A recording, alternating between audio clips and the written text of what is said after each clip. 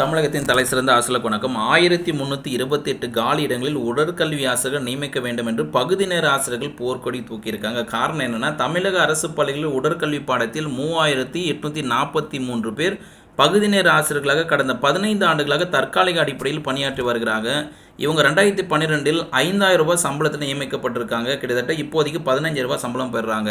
ஆனால் 10 ஆண்டுகளாக அதிமுக மற்றும் திமுக ஆட்சியில் தேர்தல் வாக்குறுதிகள் அளித்தும் இவர்களை நிரந்தரம் செய்யவில்லை. ஆனால் இப்போ என்னன்னா, இந்த உடற்கல்வி ஆசிரியர்களுக்கு தேர்வு வைக்கிறதா தகவல் வழியாக இருக்குது. இதனால் பகுதியினர் ஆசிரியர்கள் தேர்வு இல்லாமல் தங்களை நியமிக்க சொல்லி கேட்டிருக்காங்க. இந்த தகவல் கருணை அடிப்படை பணி நியமன விதிகள் மாற்றம் வந்திருக்கு.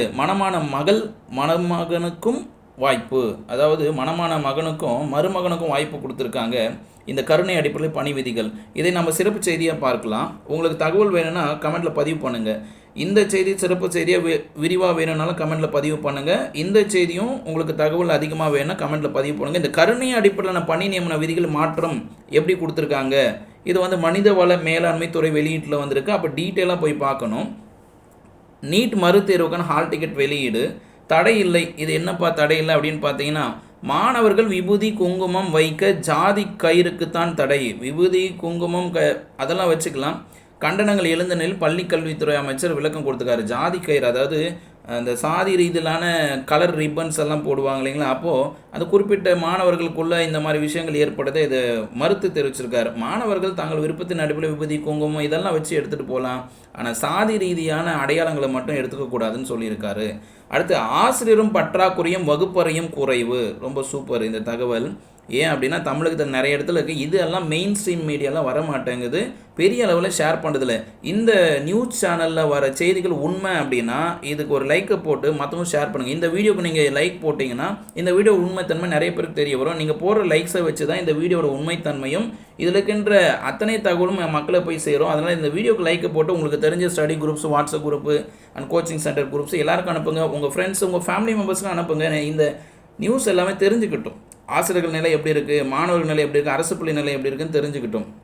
ஏன்னா இங்கே நியூஸ் பேப்பர் படிக்கிற பழக்கம் ரொம்ப குறைவு இல்லைங்களா தமிழ்நாட்டில். ஆனாலும் இது போன்ற செய்திகளை என்கரேஜ் பண்ணி கொடுத்தீங்கன்னா மீண்டும் மீண்டும் பதிவு கொடுக்கறதுக்கு, தினமும் சரியான தகவல் கொடுக்கறதுக்கு உத்வேகமாக இருக்கும். ஆசிரியரும் பற்றாக்குறை வகுப்பறையும் குறைவு. இது எந்த இடத்துல சாதிக்கும் அரசு பள்ளிக்கு சோதனை. பள்ளியில் 10 மற்றும் 12ஆம் வகுப்புகளில் நல்ல தேர்ச்சி விகிதம் இருப்பதால் சுற்றியுள்ள பகுதியிலிருந்து அதிக மாணவர்கள் சேருகிறாங்க. ஆனால் இந்த இடத்துல ஆசிரியர் பற்றாக்குறை இருக்குன்னு சொல்கிறாங்க. எப்படி இருக்குன்னா, 1200க்கும் மேற்பட்ட ஆங்கில வழியிலும் 400க்கும் மேற்பட்ட தமிழ் வழியிலும் படித்து வருகிறார்கள். மாணவர்கள் எண்ணிக்கை அதிகமாக இருந்தாலும் அதற்கேற்ற போதிய ஆசிரியர்கள் இல்லை. மேல்நிலை வகுப்புகள் மட்டும் 5 ஆசிரியர்கள் பற்றாக்குறை உள்ளது. மேல்நிலை வகுப்பில் 5 ஆசிரியர் பற்றாக்குறை இருக்குது. தமிழ், ஆங்கிலம், வேதியியல், கணிதம் ஆகிய முக்கிய பாடங்களுக்கு தலா ஒரு ஆசிரியர் மட்டுமே இருக்காங்க. நடப்பு கல்வியாண்டில் புதிதாக தொடங்கவுள்ள கணினி அறிவியல் பாடப்பிரிவுக்கு இதுவரை ஆசிரியர்கள் நியமிக்கப்படவில்லை. பாருங்கள், முக்கியமான செய்தி எங்கே ஒளிஞ்சுனுக்குன்னு. அப்போ கணினி ஆசிரியர்களுடைய தேவை இந்த மாதிரி இருக்குன்றது பொதுமக்களுக்கும் தெரியணும், கணினி ஆசிரியர்களுக்கு தெரியணும், இது நீதிமன்றத்துக்கு தெரியணும், அரசுக்கு தெரியணும். அது உங்ககிட்ட தான் இருக்குது. ஏன் செய்திகளை உங்ககிட்ட நான் கொடுத்துட்டேன், இது என்னுடைய பொறுப்பு. இந்த செய்தியை மற்றவங்களுக்கு தெரிவிக்கிறது உங்களுடைய பொறுப்பு. இது எந்த இடத்துல நடந்திருக்குன்னா, திருப்பூரை அடுத்த கனகம்பாம்பாளையம் அரசு மேல்நிலைப் பள்ளியில் இந்த நிலை இருக்குது. இந்த நியூஸ் பேப்பர் கட்டிங் வேணால் ஆயிஷா நியூஸ் சேனல் டிஸ்கிரிப்ஷன் லிங்க்கில் தரேன், அதில் ஜாயின் பண்ணி இந்த நியூஸை எடுத்து படித்து பார்த்து இதை பயன்படுத்திக்கங்க. இது வழக்கு தொடருவதற்கோ இல்லை நீதிமன்றத்தை நாடுவதற்கோ இல்லை அரசு அலுவலகரை போய் பார்க்கறதுக்கோ அது பயன்படும். அடுத்த செய்தி பார்த்தீங்கன்னா, இதெல்லாம் குட்டி செய்திகள். இது 41 மாத பணி நீக்க காலத்தை பணிக்காலமாக முறைப்படுத்த அரசாணை வெளியிட வேண்டும். இது சாலை பணியாளர்கள்.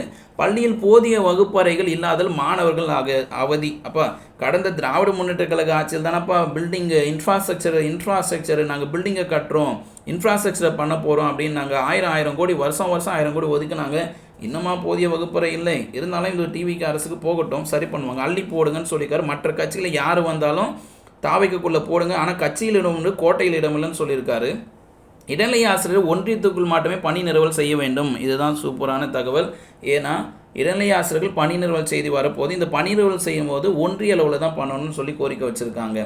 பாதுகாப்பற்ற கடையால் ஆரம்ப பள்ளி மாணவர்களை சேர்க்க பெற்றோர் தயக்கம். இது என்னப்பா பாதுகாப்பற்ற கடை, அதாவது கடையால் அரசு மாதிரி பள்ளிகள் வளாகத்தில் ஆரம்ப பள்ளி தனியாக இயங்கிக் கொண்டு வருகிறது.